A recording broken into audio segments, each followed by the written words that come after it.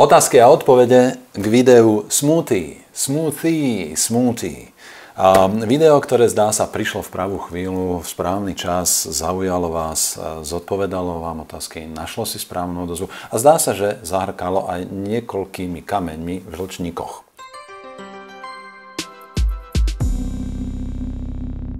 Ak sa vám naše videá páčia, staňte sa našimi aktívnymi odberateľmi a súčasne vpravo dolu zakliknite aj značku zvončeka. Tak dostanete správu o každom našom novom videu. Poďme sa venovať otázkám. Mám odpovede, aspoň tak, ako dokážeme odpovedať. Romana hovorí, dobrý deň, chcem sa opýtať, ako je to s polievkami. Ja som totiž na nich celý týždeň pomaly, tak či sa táto teória vzťahuje aj na varenú zeleninu, ktorá je vlastne rozmixovaná. Zelenina sa nemixuje, Romana, takým silným výkonom a takými otačkami ako smoothie. Navyše, ak s tým vy nemáte problém v zmysle nafúkovania, tak to bude asi v pohode. A som naozaj presvedčený, že lepšia je takáto zahustená polievka, kde sa povedzme časť brokolice rozmixuje a tým sa tá polievka zahustí, než by ste mali do brokolicovej polievky pridať smotanu, bielu múku alebo škrob.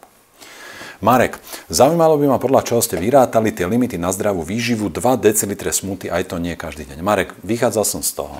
Vychádzal som zo skúsenosti, vychádzal som z konzultácií s klientami, vychádzal som z môjho experimentovania so smoothie a môžete mi veriť, o chvíľu vám poviem niečo viac na tú tému, že asi 2 až 3 decilitre smoothie obsahujú iba také množstvo šľahaného vzduchu, ktoré by mal tráviaci trakt za normálnych okolností absorbovať. Ale máte pravdu, že pre niekoho môže byť aj takéto malé množstvo smoothie príliš veľká dávka a môže ho to nafúknuť.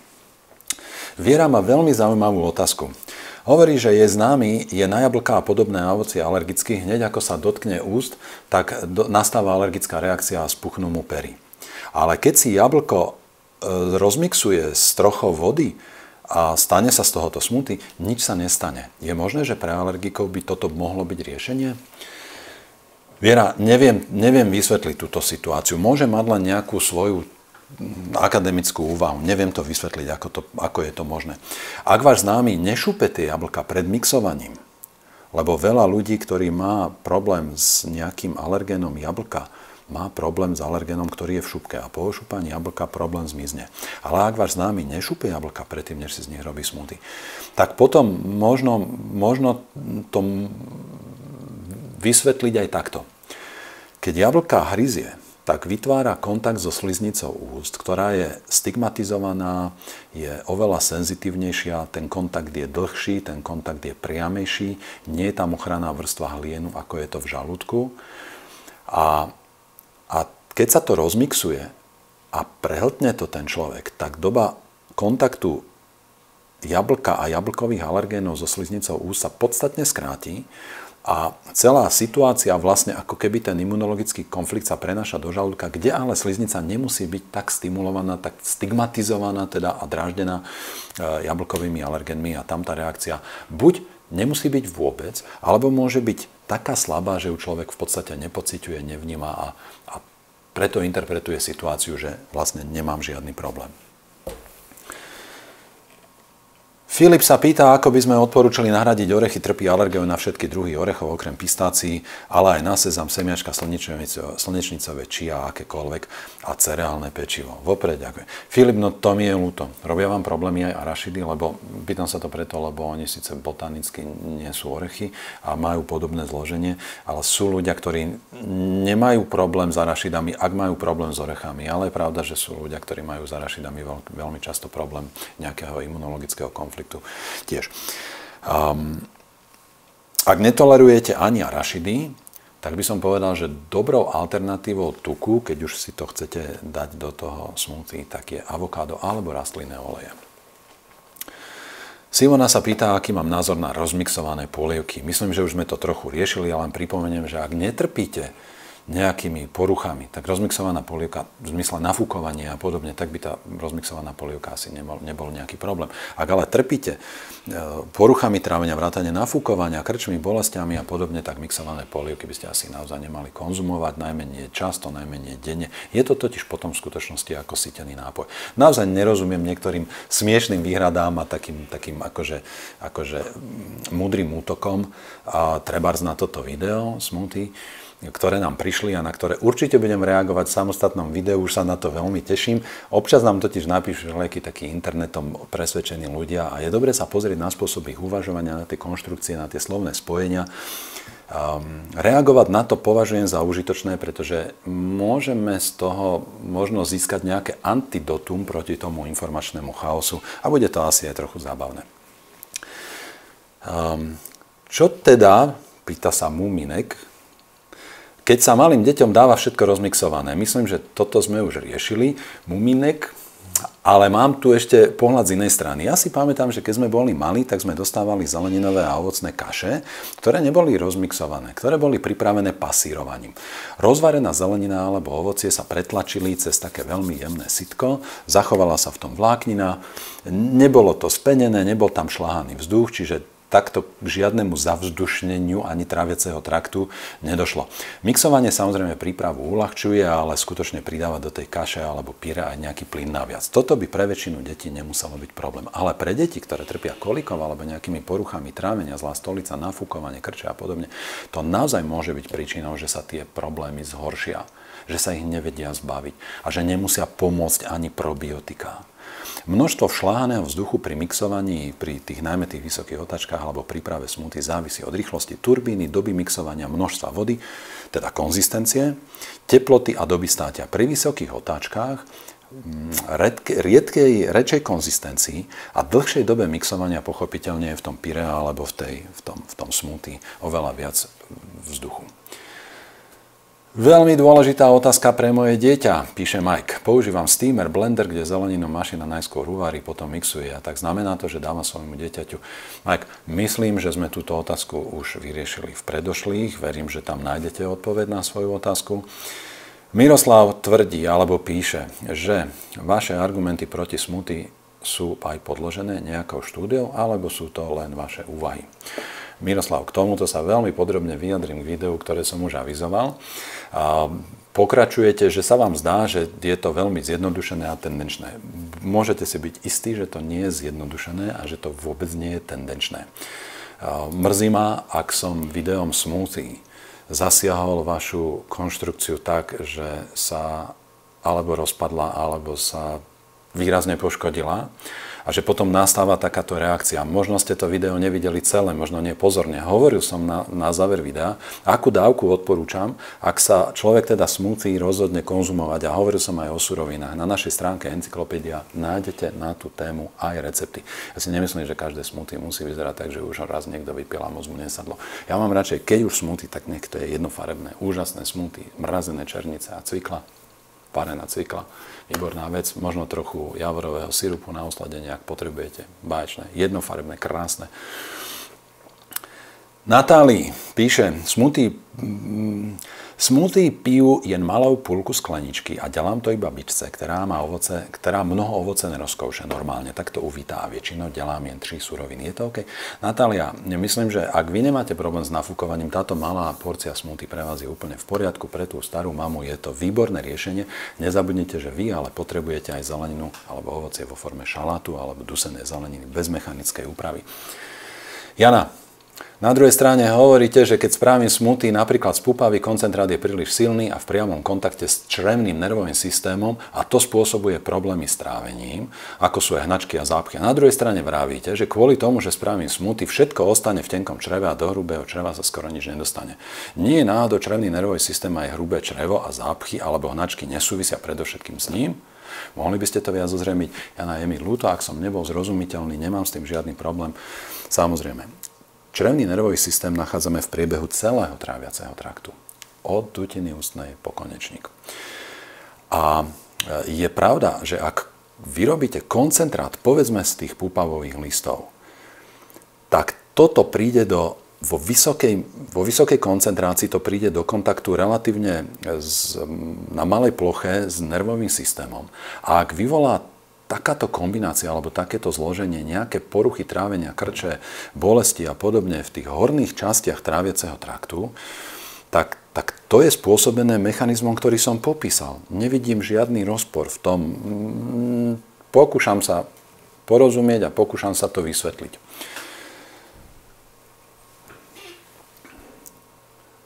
Látky, ktoré sú pre nás dôležité a látky, ktoré nám môžu škodiť, pri vysokom stupni mechanického spracovania sú okamžite k dispozícii pre kontakt so sliznicou v žalúdku a v horných častiach tenkého čreva, kde nastáva maximálny podiel vstrebávania v našom tráviacom trakte. Väčšina tých prospešných látok sa tam vstrebáva. V tejto forme vysokého stupňa mechanického spracovania sa väčšia časť, možno naozaj takmer všetko, sa vstrebáva v tenkom čreve. A preto do hrubého čreva neostáva tých prospešných, pozitívnych látok veľa.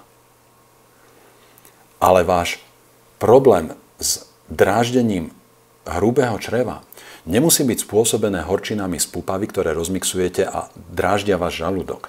Váš problém so syndromom dráždivého dysfunkčného hrubého čreva skôr spôsobujú FODMAPové sacharidy, ktoré sa postupne môžu nakumulovať v hrubom čreve, respektíve sa tam môžu postupne nakumulovať baktérie, ktoré do hrubého čreva prichádzajú z tenkého čreva. A k tenkému črevu poskytnete obrovskú dávku koncentrovaných sacharidov z ovocia, ktoré je rozmixované, rozmlátené tak, že všetky cukry sú rýchlo dostupné a to umožňuje premnoženie baktérií v tenkom čreve. Voláme to syndrom bakteriálneho prerastenia v tenkom čreve. Kam sa pohnú tieto premnožené baktérie z tenkého čreva? Do hrubého čreva. Urobia tam nejaký problém? Asi áno. Verím, Jana, že som to aspoň trochu viac ozrejmil. Majka sa pýta, ako je to s mixovanou stravou malých detí od 6 do 24 mesiacov. Myslím, že už sme toto vyriešili. Majka, dúfam, že áno. Zaujímal by ma odborný názor na šnekové odšťavanie. Pitie čerstvej šťavy. Platí to isté, čo pre smoothie? Marta, to je zaujímavá otázka. Šnekové odšťavovanie. A tu sa vraciam k tomu, čo som pred chvíľou predoslal, že vám chcem povedať trošku viac o mojej histórii a vzťahu k odšťavovaniu a šnekovaniu a smoothie a podobne.